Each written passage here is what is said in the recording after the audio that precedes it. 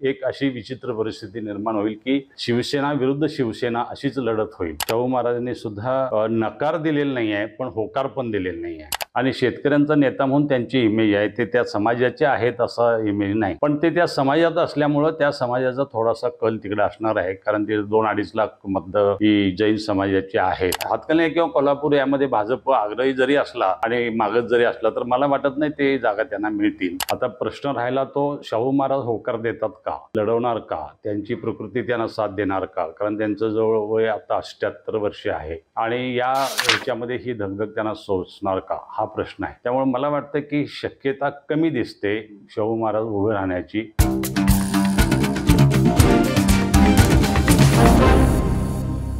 राष्ट्रवादी शरदचंद्र पवार पक्षाचे अध्यक्ष शरद पवार यांनी नुकतीच छत्रपती शाहू महाराज यांची कोल्हापूर इथे भेट घेतली। या भेटीनंतर शाहू महाराज मवियाकडून लोकसभेच्या रिंगणात उतरणार असल्याच्या चर्चांनी जोर धरला। या भेटीनंतर पश्चिम महाराष्ट्रातील राजकीय घडामोडींना वेग आलेला आहे। राष्ट्रवादी काँग्रेस आणि शिवसेना पक्षफुटीनंतर कोल्हापूरसह सांगली, हातकणंगले येथील लोकसभेची गणितं कशी असतील याबद्दल जाणून घेऊया कोल्हापूर लोकमतचे संपादक वसंत भोसले यांच्याकडून। शाहू महाराजांना मवियाकडून उमेदवारी मिळेल यात नेमकं कितपत तथ्य आहे? कोल्हापुरात सध्या काय राजकीय हालचाली सुरू आहेत? कोल्हापुरामध्ये लोकसभेच्या निवडणुकीच्या निमित्तानं महाविकास आघाडी आणि महायुती यांच्यामधल्या हालचाली सुरू आहेत, कारण या 2024च्या निवडणुकीचं एक वैशिष्ट्य असं पाहता येईल की महाराष्ट्रामध्ये संपूर्ण राजकीय घडी वेगळी तयार होणार आहे। याचं कारण असं की 2 पक्ष होते युतीमध्ये आणि 2 पक्ष आघाडीमध्ये होते, त्याचे 6 पक्ष झालेले आहेत। त्यामुळं आता तुम्हाला ह्या सर्व राजकीय घडामोडीमध्ये नव्याने सगळ्यांना जुळणी करावी लागणार आहे, मांडणी करावी लागणार आहे, भूमिका घ्याव्या लागणार आहेत। आणि त्यामुळं कोल्हापुरामध्ये महाआघाडीतर्फे लढायचं झालं तर कोण लढणार, आणि इथे शिवसेनेची मुख्य जागा होती आणि विद्यमान खासदार देखील शिवसेनेचे आहेत, पण ते गेलेत शिंदे गटात म्हणजे महायुतीमध्ये गेलेत, आणि शिवसेना जी मूळची होती ती आले महाआघाडीमध्ये। त्यामुळे इथे महाआघाडीचंच उमेदवार जर द्यायचं झाला तर ते शिवसेनेला प्राधान्य द्यावं लागेल। शिवसेनेला प्राधान्य दिलं तर शिवसेनेचा उमेदवार होईल, आणि महायुतीमध्ये विद्यमान खासदार शिंदे गटाचे असल्यामुळं, शिंदे शिवसेनेचे असल्यामुळं त्यांना उमेदवारी मिळेल। त्यामुळं इथे एक अशी विचित्र परिस्थिती निर्माण होईल की शिवसेना विरुद्ध शिवसेना अशीच लढत होईल आणि महाआघाडीचे घटक किंवा युतीचे घटक पक्ष त्याच्यामध्ये सामील असतील। आणि सध्या जे नाव चालू आहे, चर्चेत आहे, ते शाहू महाराजांचं नाव चर्चेत आहे महाविकास आघाडीकडून, कारण एकतर शिंदे गटाकडून उमेदवार महायुतीचा निश्चित झालेला आहे, विद्यमान खासदार संजय मंडलिक यांनाच उमेदवारी मिळेल हे निश्चित आहे आणि त्यांनाच दिलं जाईल, त्यांना बदलायचं काही कारण नाही आणि त्यांच्याकडे दुसरा उमेदवार पण नाही आहे। आणि आघाडीकडून उमेदवार कोण? मग आघाडीची जागा ही शिवसेनेला सुटणार की काँग्रेस घेणार की राष्ट्रवादीला मिळणार असा प्रश्न निर्माण झाला आहे। आणि राष्ट्रवादीमध्ये सुद्धा 2 राष्ट्रवादी आहेत, त्यामुळं एक राष्ट्रवादी महायुतीमध्ये असल्यामुळं त्यांना जागा मिळण्याचा प्रश्न उपस्थित होत नाही।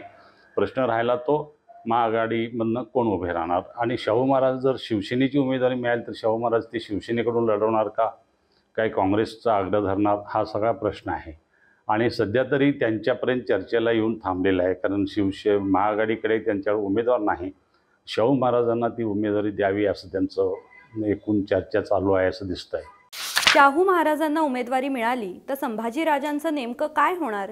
कारण संभाजीराजेंच्याबद्दल महाआघाडी आग्रही होती, पण त्यांनी नकार दिला आहे निवडणूक लढवायला त्यांच्यातर्फे, महाआघाडीतर्फे, आणि त्यांची जी स्वराज्य संघटना आहे त्या स्वराज्य संघटनेतर्फेच आम्ही निवडणुका लढवणार आहोत असं त्यांनी भूमिका घेतलेली आहे। त्यामुळं महाआघाडीतर्फे संभाजीराजे उभं राहणं हा मुद्दा आता बाजूला पडलेला आहे। आता प्रश्न राहिला तो शाहू महाराज होकार देतात का, लढवणार का, त्यांची प्रकृती त्यांना साथ देणार का, कारण त्यांचं जवळ वय आता 78 वर्ष आहे आणि या ह्याच्यामध्ये ही धगधग त्यांना सोसणार का हा प्रश्न आहे। त्यामुळे मला वाटतं की शक्यता कमी दिसते शाहू महाराज उभे राहण्याची।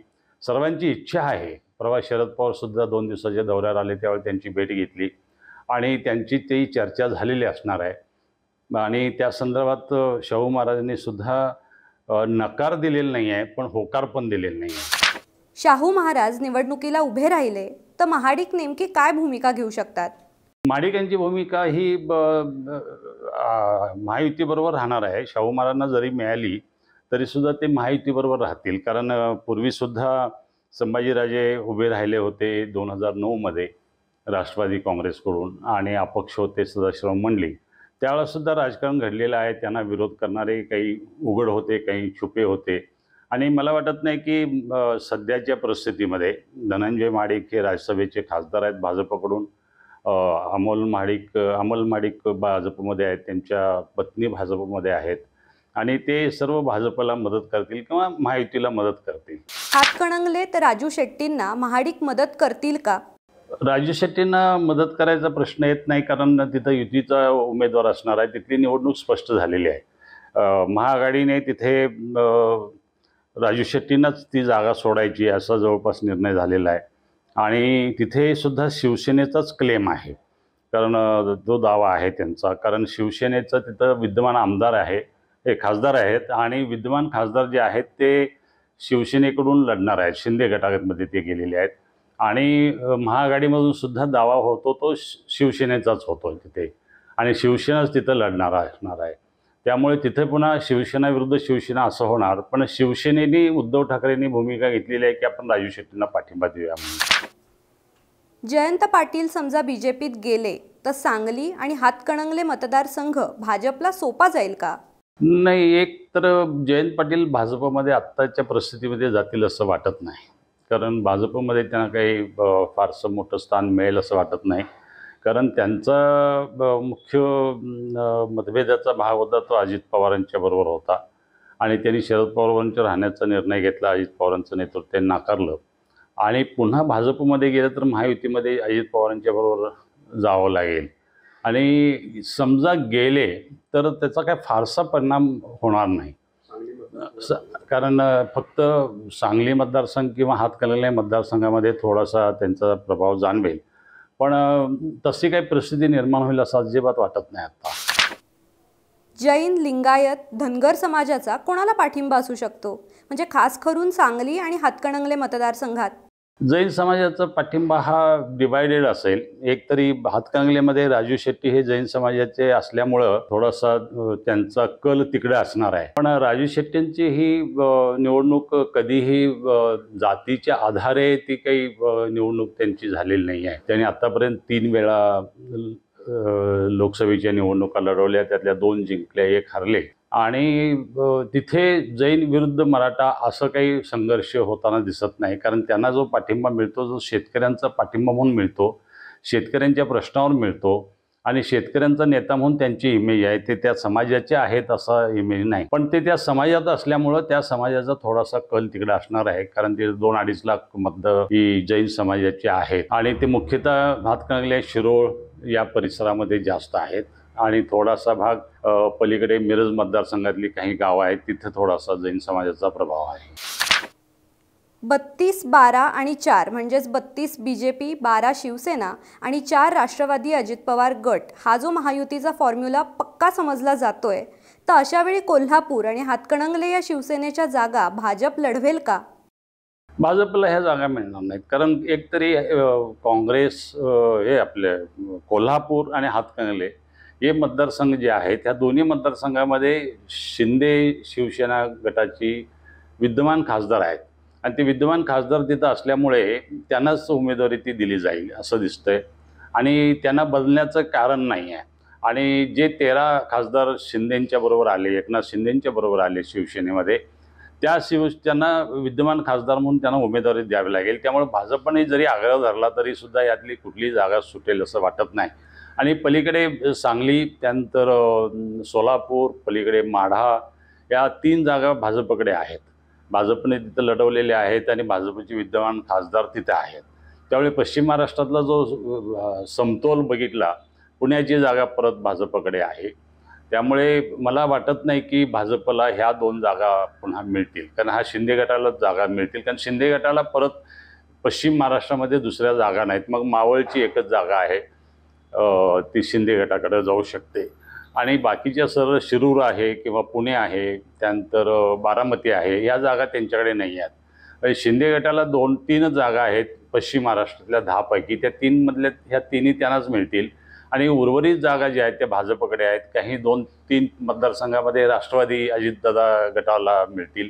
त्यामुळे भाजपला इथं मिळेल असं मला वाटत नाही. आत्ताचे जे विद्यमान आमदार आहेत किंवा ज्या पक्षाचे आमदार आहेत त्या पक्षालाच त्या उमेदवारी जातील. त्यामुळं हातकणंगले किंवा कोल्हापूर यामध्ये भाजप आग्रही जरी असला आणि मागत जरी असला तर मला वाटत नाही ते जागा त्यांना मिळतील. शाहू महाराजांच्या विरोधात कदाचित संजय मंडलिकांना बदलून तगडा उमेदवार म्हणून नवीन उमेदवार देतील का? असं होणार नाही, कारण संजय मंडलिकांना शब्द दिलेला आहे. संजय मंडलिक त्याच शब्दावर तिकडे गेलेले आहेत आणि संजय मंडलिकांचं मतदारसंघ, त्यांचं कार्य कागल तालुक्यातलं मुख्यतः असलं तरी सुद्धा त्यांचा एक इथे क्लाउड आहे, त्यांना एक मानणारा वर्ग आहे आणि सदाशिवराव मंडलिकांची थोडीशी परंपरा त्यांच्या पाठीशी आहे, त्यांचा जो वारसा त्यांच्याकडे आहे आणि म्हणून मला वाटत नाही की त्यांच्यापेक्षा अधिक तगडा उमेदवार कोण उपलब्ध होईल त्यांना, असं वाटत नाही आणि संजय मंडलिकच त्यांचे उमेदवार असतील. मुश्रीफ लोकसभा लढवतील अशी काही शक्यता वाटतेय का? मुश्रीफांची शक्यता नाही. मुश्रीफ लोकसभा निवडणूक लढवण्याची रिस्क ज्याला म्हणू ती रिस्क घेणार नाहीत आणि विद्यमान खासदार शिवसेनेचे असल्यामुळं ही जागा शिवसेनेलाच जाईल आणि मुश्रीफ हे सगळे पाहत राहतील. कारण मुश्रीफांचा मुख्य उद्देश हा त्यांनी भूमिकाही जाहीर केली आहे की पुढच्या 1-2 विधानसभेच्या निवडणुका मी लढवणार आहे, लोकसभेच्या निवडणुका काय मी लढवणार नाही. आणि तसं असतं तर मग कदाचित ते तयारीला लागले असते, पण सध्याच्या परिस्थितीमध्ये ऐन वेळेला उमेदवार बदलणं होणार नाही, कारण शिवसेनेला जो मानणारा वर्ग आहे तोही नाराज होईल आणि विद्यमान खासदार आहेत त्यांना तुम्ही डावलून दुसऱ्याला देऊ शकणार नाही. संजय मंडलिकांना मग संधी कुठे देणार तुम्ही, हा प्रश्न निर्माण होऊ शकतो.